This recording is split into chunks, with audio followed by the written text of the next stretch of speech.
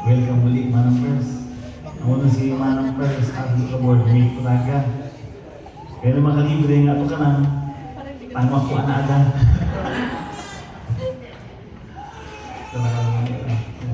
Anyway, malayaw ko sa iyong paggabi, kaya ako pasihan na yung dalawarat ng itang inala ka Hebreo, inala ka Kapitulo 10, versikulo 24 at 25. Iniiling ko na tayo tumayo bilang pagbiliganan sa salita ng ating Panginoon. Hebrews chapter 10, verse 24 to 25. And let us consider how we may inspire one another on toward love and good deeds. Let us not give up meeting together as some are in the habit of doing, but let us encourage one another, and all the more as you see the day approaching. Yaw iuvuvog na yafo. Ito itong kumagita. Anong kumalita. O dakilang Ama namin sa langit, kami po ay lubos na nagpapasalamat sa inyo at muli mo kami tinipon dito sa iyong bahay sambahan upang papurihan at dakilain ka at makinig ng iyong mga buhay na salita, Panginoon. Sa mga oras na ito, hinihiling namin na patuloy mo paglilinis sa bawat isa sa amin upang karapat-dapat kaming tumanggap ng biyaya ng iyong mga buhay na salita, Panginoon. Pahunahan mo kami na iyong Espiritu Santo at hayaan mo ikaw lamang aming makita may taas sa bawat buhay namin, bawat puso namin, Panginoon, upang tunay na magalang ka sa presensya at sa bawat buhay namin, Panginoon. Samahan mo kami sa lugar na ito, protektahan mo kami. 10 ng aming mga kasamahan na sa pamamagitan ng panonood sa virtual means at mga family members namin, kapatiran, hindi namin nakasama sa mga oras na ito. Amin pong patuloy na pinagkakaloob sa iyong makapangyarihan kapag Panginoon. I-bless niya yung mga salita, yung servant na siya magiging daluyan, naway may parating ko, Lord, ang inyong mensahe at pagpapalakas na iyong salita sa bawat isa sa amin. Itong aming samad dalangin sa pangalan ni Jesus. Amen. Pwede na po tayo maupo.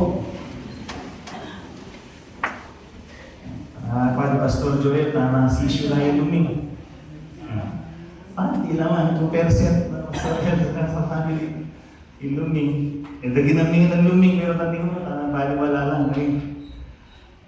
At ngayong gabi, inais kong palakasin sa atin ng Hebreo dito sa verse 24 to 25. No? Alam nyo, tama yung sabi ni Bishop kanina, malapit na po ang kanyang birthday at panahon pa naman ng pag-ibig at you can never say you love Bishop without giving. Store 10%. So dapat, mas malaki ang binibigay kaysa nung honoring of pastors. Kasi birthday na ito, special. Para sa kanya lang. At we say that we love, no, one another. You can never say you love without giving. No? Alam naman natin, this refreshes, nire-refresh niya ang pagbibigay ng ating Panginoong Jesus ng kanyang buhay. No? Ang pagmamahal niya ay sadyang dakila at walang kapantay. At hindi po natin kayang matumbasan. Dito naman sa ating nabasa ay nais kong palakasin sa atin na may mutual responsibility po tayo as believers in Christ. Si Bishop at sa lahat sa atin, tayo, sa bawat isa sa atin bilang mga sumasampalataya sa ating Panginoon ay meron pong nakaakibat na responsibilidad tayo sa bawat isa sa atin. At yan po yung gusto kong himay-himayin sa gabing ito. Alam niyo, tayo po nagtitipon sa ating mga fellowship at ang fellowship po natin ay hindi po ordinaryong organisasyon lamang na kapag natapos na ay wala na. Ang ating pagtitipon, gaya ng sinabi dito sa Hebreo, ay isang importanteng bagay sa ating mga sumasampalataya sa ating Panginoon.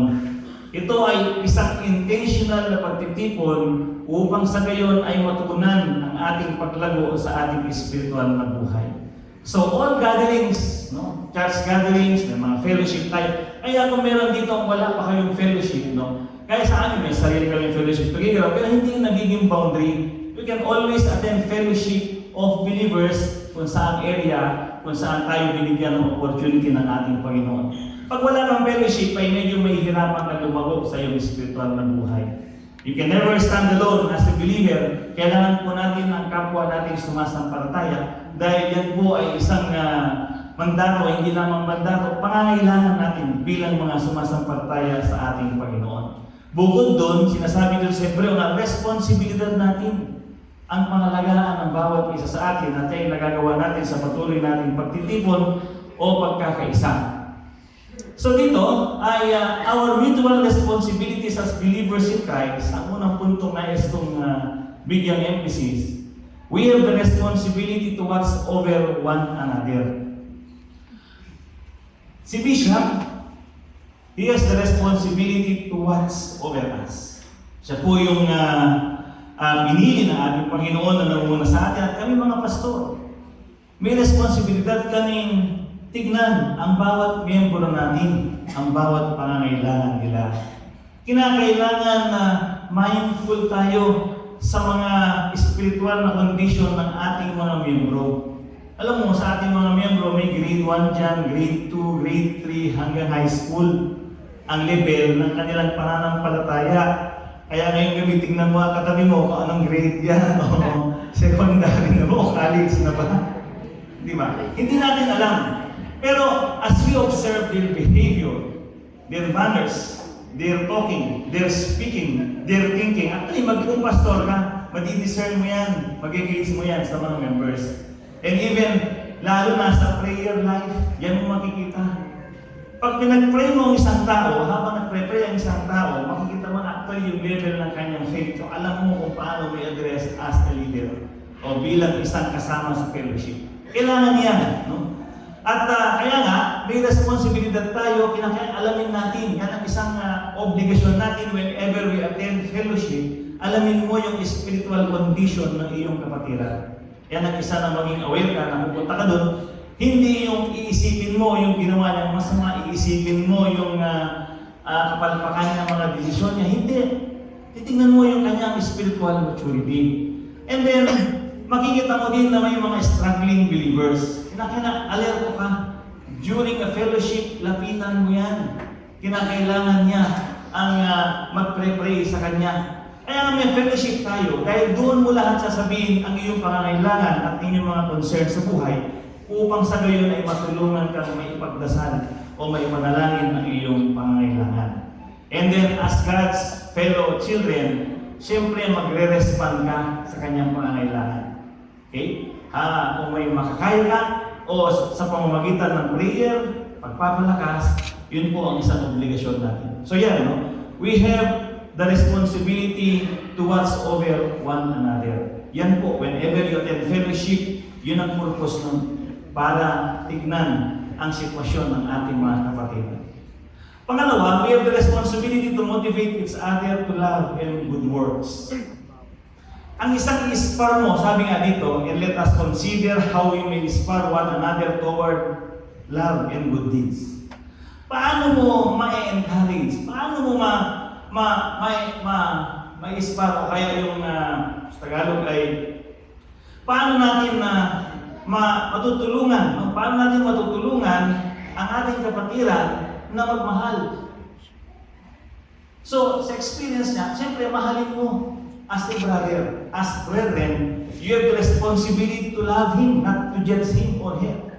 Ganun ang role natin bilang mga anak ng ating Panginoon. And toward good deeds, kung paano gumawa ng mabuti. Meron tayong impact sa bawat isa sa atin.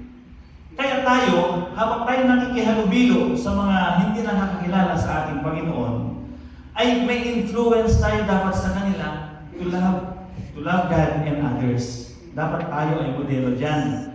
Malalasahan nila na tayo ay nagmamahal sa ating mahal natin ng ating Panginoon at mahal natin ng ating kapwa, ganun ang buhay natin bilang mga Kristiyano. At habang kabuwanan ng pagmamahal ngayong Pebrero, totoo kayang nalalasahan ng ating mga kasama yung nakakalubilo natin na wala pa pananampalataya sa ating Panginoon ang pagmamahal ni Kristo sa kanilang buhay kapag tayo ay nasa kasama nila. Ganun kaya ang klase ng ating buhay. Ganun kaya ang impact ng ating buhay that they see the love of Christ through us sa buhay natin. Ito yung tanong na sagutin natin sa harapan ng ating Panginoon. then mag-reflect tayo, do I really expose or express or manifest the love of Christ in my life? Ganun tayo bilang mga mananampalataya sa ating Panginoon. So, napapansin mo din na dapat ang responsibilidad natin na matutong magmahal at gumawa ng mabuti dahil nga sa pamamagitan ng fellowship natin ay namumuhay tayo ng katulad ni Kristo. Pagbago pa lang sa fellowship yan, dinadala pa niya ang kanyang pag-uugali. Until such time na unti-unti habang nakikilubilo sa fellowship, siguro sa una hindi pa, pangalawa, pangatlo, hanggang pang-10, pang-100, mababago na yan, may influence mo na for a Christ-like living. Ganun po ang purpose natin. Kaya tayo nag-invite sa mga baguhan pa lamang, ay pinapapunta natin sa fellowship dahil gusto natin na mamuhay sila ng katulad ni Yesu Cristo dahil yun yung ating binubuo, yun ang ating sinasabuhay sa ating mga fellowship, no? Sa lahat ng fellowship natin. Okay?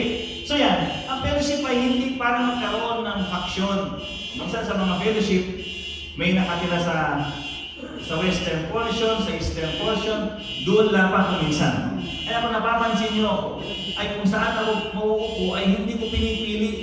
Dito lang kuminsan dahil nga sa permanent seat yata namin yan.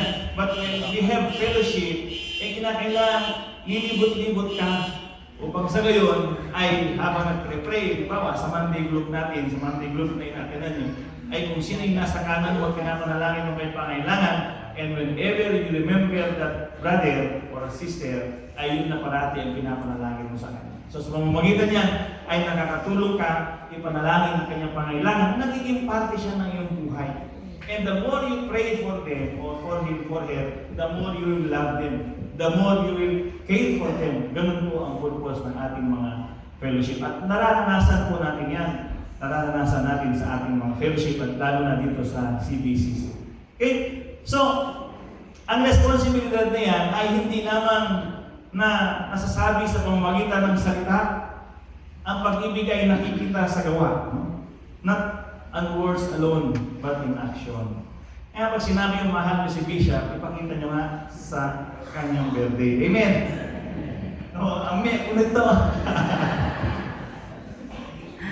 Ibig sabihin, hindi na magluluto si Bishop. Wala na siyang ipe-prepare. Amen mo ka? So dapat ganun, no?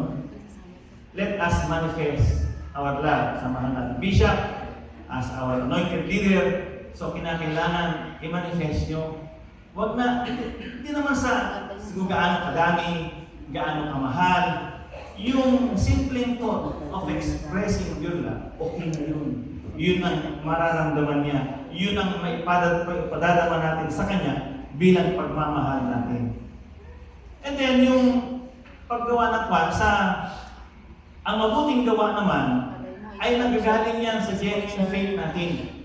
Hindi tayo gumagawa ng mabuti. Ang responsibilidad natin is para encourage, na tulungan ang isang tao na gumawa ng mabuti dahil gusto natin yung modelo para parigan na naman. Hindi. Tayo ay nakakagawa ng mabuti dahil sa pananampalataya natin kay Yesu Cristo. At ang bunga yan ng Espiritu Santo ay gumagawa tayo ng mabuti, na-influensya na natin siya habang nakaka-fellowship mo. Kaya magkakasama sa fellowship, wala nga sinabi na, o ito, grade 1 sa faith, grade 2 sa faith, grade 3 sa faith, pwede magsama-sama lahat yan.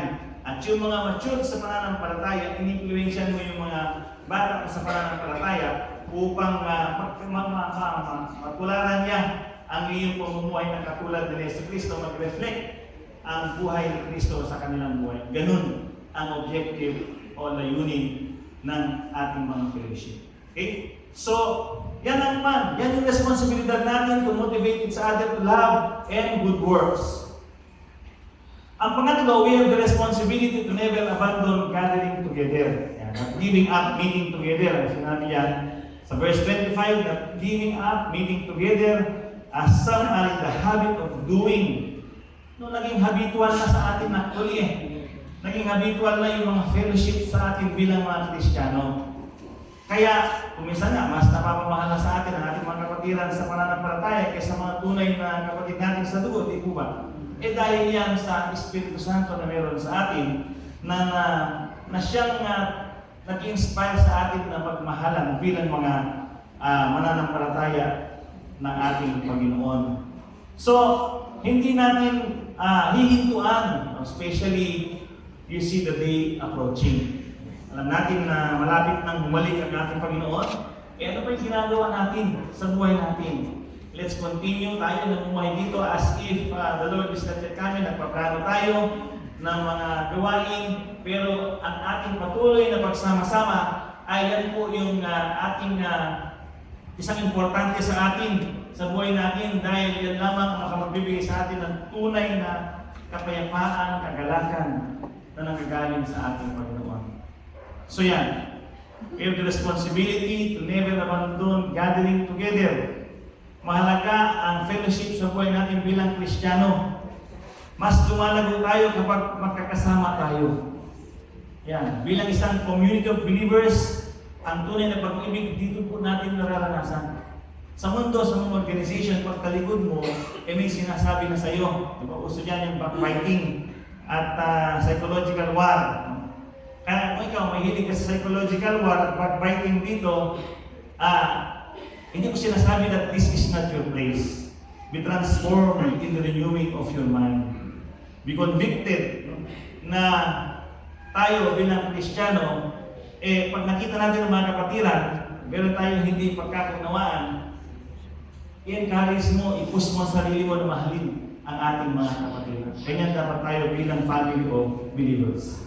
So, ang isang nakikita natin na kalakasan natin bilang mga Kristiyano ay ang ating pagkakaisa. No? Very united tayo. And praise God.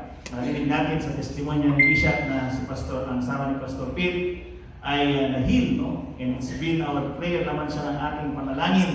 Kaya dito sa CPCC, pinapakinggan ng ating Panginoon ang panalangin natin nagkakaisa tayo. Amen. Walang imposible sa ating Panginoon.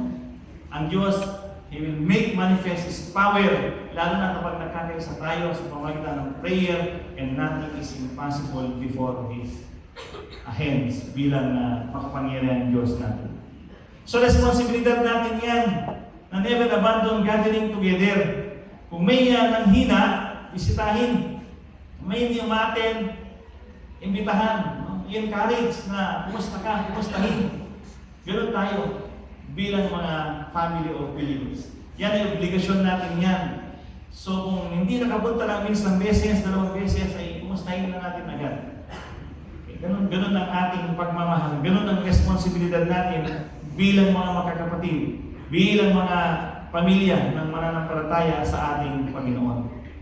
So, patuloy tayong nagkakaisa. Yan ang isang strength natin, and we must never give up in meeting together. Huwag nating i-abandona. Kaya kung meron sa atin dito ang wala pang fellowship, hanap po tayo, even just a small group, dahil doon po natin nasasabi ang ating mga concerns, and we will pray together.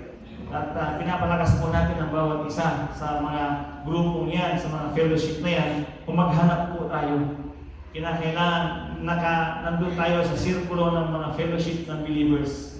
Dahil kung mas nandun ka sa fellowship ng mundo, definitely mapupunaan ng iyong puso at isipan ng mga makamundong bagay, at yan ang mapokontrol sa iyo ay hindi po maganda ang kahihinatnan ng inyong Christian life. Manghihina ka, and then you keep on falling, keep on failing. At ando naman ang Panginoon, no, na mag-aantay sa iyo. Pero kumbaga sa boxing, para kang parating nananak-out sa buhay.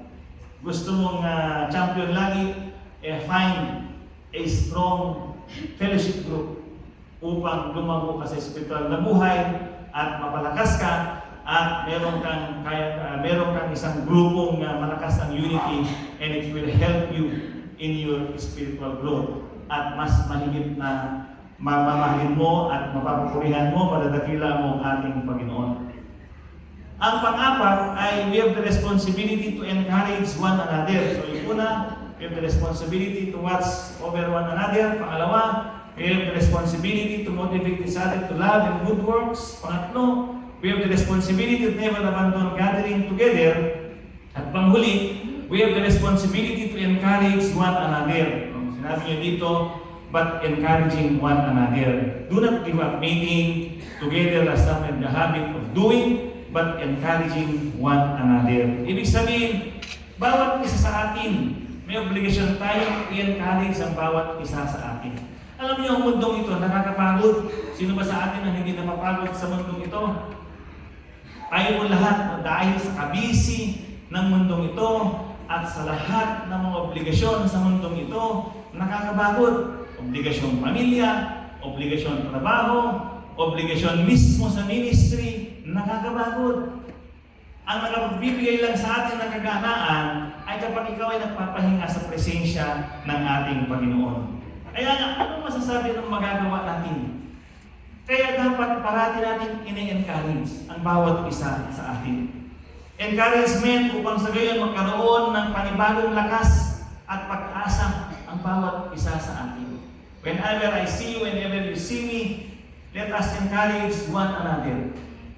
At yan ang isang malaking obligasyon natin upang sa gayon ay patuloy na magiging malakas tayo sa ating pananampalataya at may pagpapatuloy natin ang panindigan sa ating Panginoon. Our words can build faith and endurance. Lalo na yung mga bago sa pananampalataya, kailangan nila encouragement. Dahil dumadating yung time na habang sila po ay tumatahak sa pamumuhay para sa ating Panginoon, sumasabayan. Satan ay sasabayan for persecution, for discouragement, ganun yan. Kaya kailangan natin. At sa mga lumang Kristiyano naman, minsan, alam ko na yan, ganyan, sila mismo ay medyo discouraged, no? Kinakailangan pa rin silang ma-encourage.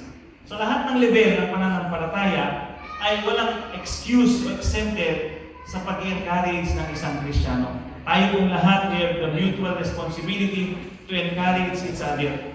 I cannot encourage you with my life testimony, but I can only encourage you with Christ's life testimony. Si Jesus po ang pinaka-punot dulo, ang pinaka-ground na maaari po kayong ma-encourage ay yung buhay at pagmamahal ng ating Panginoong Jesucristo. Sino na ba sa atin patungkol sa pagmamahal? Sino na ba sa atin ngayon ang nagbuhos ng kanyang dugo para ipadama ang kanyang pagmamahal sa kapwa natin mananampalataya? Kundi ang ating Panginoong Yesus lamang. Lilimunin natin ang kanyang pagmamahal sa krus ng Kalbaryo na ibinuhos niya ang kanyang pagmamahal, at yan ang isang motivasyon natin parati to love one another and to encourage one another para mas tumago tayo sa ating pananampalataya. So, ang iglesia ay isang lugar, no? Para ma-uplift ka. Kaya nasabi ni Bishop parati, tayong mga pastors, bawat isa sa atin, whenever we preach, sinasabi natin ang iglesia ay isang hospital. Hospital ito pag nandito ka, kaya bahay pahingahan, bahay sambahan, bahay upang paghugutan mo ng inspirasyon. Paglabas natin mamaya, kakaiba na naman ang ating kalakasan dahil humugot tayo ng kalakasan sa ating Panginoon at sa inspirasyon na ibibigay natin sa bawat isa sa atin. Ganyan po ang purpose ng fellowship natin bilang mga sumasampalataya sa ating Panginoon. We have the responsibility to encourage one another. Let us not be a discouragement to one another. Tingnan mo ang tabi mo, encourage ka ba o discourage ka sa kanya? I believe, bawat isa sa atin ay encouragement sa bawat isa sa atin. Amen? God bless us. So ngayon, patuloy tayong mag-fellowship na darating na February 13. Mag-fellowship tayo sa birthday ng ating vision. Let us manifest yung pagmamahal, respeto sa ating leader na mag-fellowship tayo. Walang limit. Isipin natin, baka mamaya ang daming tao o usan ng pagkain. Kung nagdala sa atin ang bawat isa, nagdala ng para sa 20, o ay sobra-sobra. Sino kakain ng para sa 19? Di ba? Ganun lang yan, ang prinsipyo yan. Kaya nga, let us encourage Bishop to keep on leading us by manifesting our love sa darating na kanyang birthday. Amen. God bless us. See you sa February 13. Let's have fellowship to glorify God sa buhay ni Bishop at higit sa lahat, sa gabing ito, let us be motivated by the love of Christ. Christ has given His all. Wala po siyang nireserba na, ito, reserva ko para sa akin. Wala. Sinakripisyo niya lahat sa Kanya to make manifest His love at upang sa gayon magkaroon tayo ng buhay na walang hanggan. At sana yan yung patuloy nating modelo at motivation para magmahalan, patuloy na palakasin ng bawat isa upang lumakas ang ating pananampalataya at makita sa buhay natin ang Kanyang pagmamahal at intentional na magkaroon tayo ng impact when we get out of this church, when we get out of our homes, pagpunta natin, they will see Christ's children. They would discern, makikita po nila na tayo ay Kanyang mga disipulo by way of manifesting Christ's love sa kanila sa pamamagitan ng buhay natin. Amen. God bless us. Tayo po ay manalangin. O dakilang Ama namin sa langit, kami po ay lubos na nagpapasalamat sa inyong dakilang pagmamahal sa mundong ito, lalo na sa aming mga sumasampalataya sa inyo, Panginoon. Ikaw ang unang nagmahal sa amin, kahit hindi kami karapat-dapat mahalin. When we were still sinners, you have loved us, O Lord. Maraming salamat, naway ang lahat ng aming mga relationships sa buhay ay nakabase sa pagmamahal na nanggagaling sa inyo, Panginoon. Lalo na sa aming family of believers, O Lord. Kung merong makakitaan ng pag-ibig mo, kami yun ang ginagamit mong modelo, Panginoon. Empower us with your Holy Spirit, O Lord, that your love will manifest in our lives, Panginoon. So that people will know that we are your children, living as light sa madilim na mundong ito, Panginoon. Palakasin mo ang kapangyarihan ng Espiritu Santo sa bawat isa sa amin, Panginoon, sa pamamagitan ng aming pagiging obedient sa bawat salita mo, Panginoon. You have commanded us to love one another, Panginoon. Naway, hindi lamang tuwing buwan ng Pebrero, mag-iinit ang aming pagmamahalan sa bawat isa, kundi bawat araw sa buong taon na ito, habang kami ay nabubuhay, O Lord, ay mainit ang aming pagmamahal sa inyo at sa kapwa namin sumasampalataya at sa mga tao na kapalibot sa amin, Panginoon. O Lord, bless mo kami upang makapumuhay kami ng kaaya-aya sa iyong harapan, Panginoon. You have called us to have fellowship with one another. O Lord, bless mo upang bawat isa sa amin ay hindi namin hintuan, babantayan namin ang bawat isa, tutulungan namin ang bawat isa na magmahal at gumawa ng mabuti para sa iyong kalulugod, Panginoon. Maraming salamat sa oras na ito. We declare that we love you, O Lord. I-bless mo sa puso namin at maisabuhay namin ang pagmamahal namin sa inyo, Panginoon. Maraming salamat. In Jesus' mighty name we pray. Amen.